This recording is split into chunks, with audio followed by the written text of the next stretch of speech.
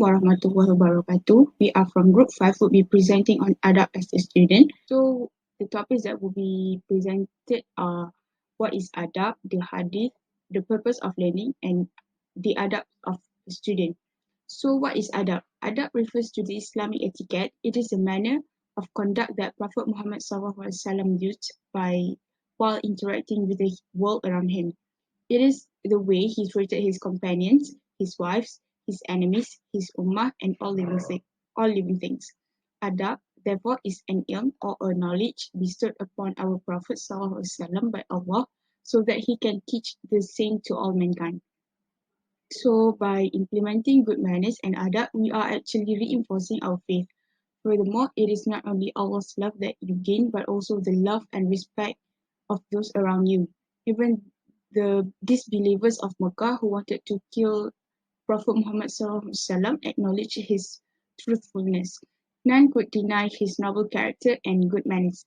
And adab in the context of behavior refers to prescribed Islamic etiquette, refinement, good manners, morals, decorum, decency, and humanness.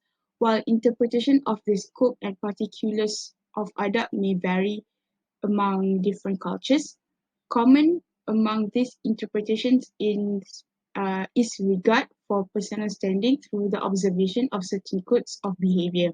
To exhibit adab would be to show proper discrimination of correct order, behavior, and taste. Next, I will talk about hadith. Prophet ﷺ said, "Man la adaba lahu la ilma lahu," which means a person who does not have manners means he does not have knowledge.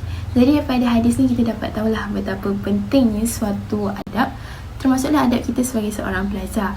Jadi kita sebagai seorang pelajar ni kita belajar ke adab kita supaya ilmu yang kita belajar, ilmu yang kita perolehi itu bukan sahaja mendapat redha dan keberkatan daripada Allah, tapi juga mendapat redha dan keberkatan daripada guru ataupun lecturer yang mengajar kita. Next, we'll go to the purpose of learning. The purpose of learning is to produce a good Muslim that leads to taqwa to Allah.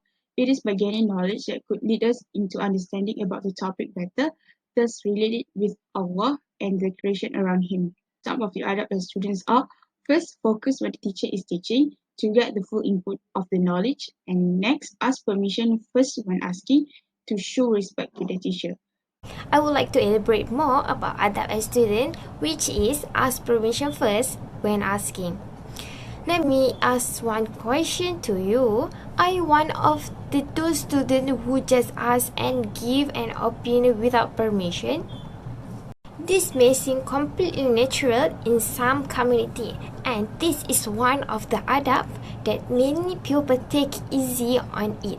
But in Muslim cultures, we will be considered rude and may even anger your teacher.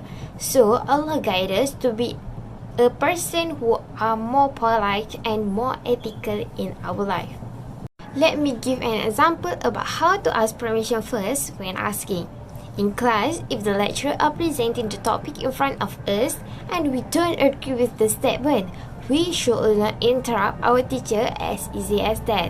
We as good student and good Muslim ask permission first to interrupt before give our opinion or asking the lecturer. This may not take your time and just only say, "Can I ask something, madam?" or "Can I ask something, sir?" It's just easy as that. If the lecturer gives the permission, you can proceed your curiosity, and if your lecturer not give the permission, it's okay and just listen with the presentation. So I hope you can practice in our next class. That's all from me, and thank you.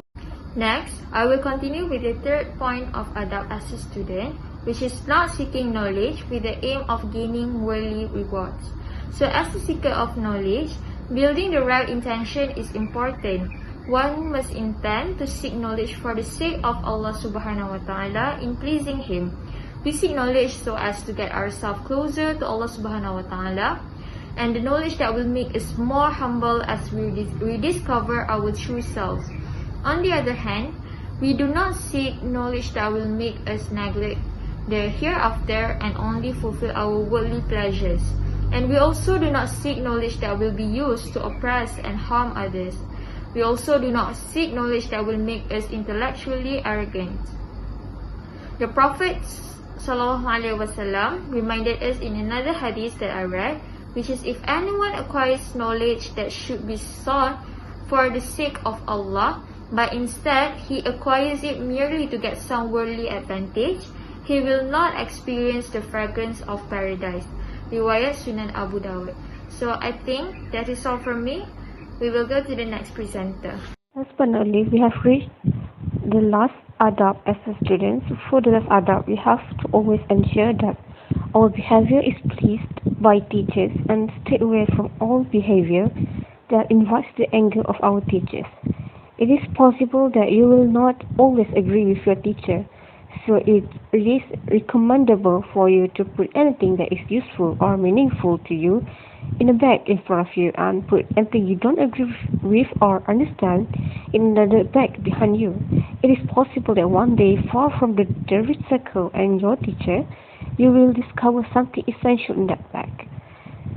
To conclude what we have discussed so far, it is advisable for us to understand and instill all the adab as a student in ourselves, as nothing worth more than a knowledge full of barakah.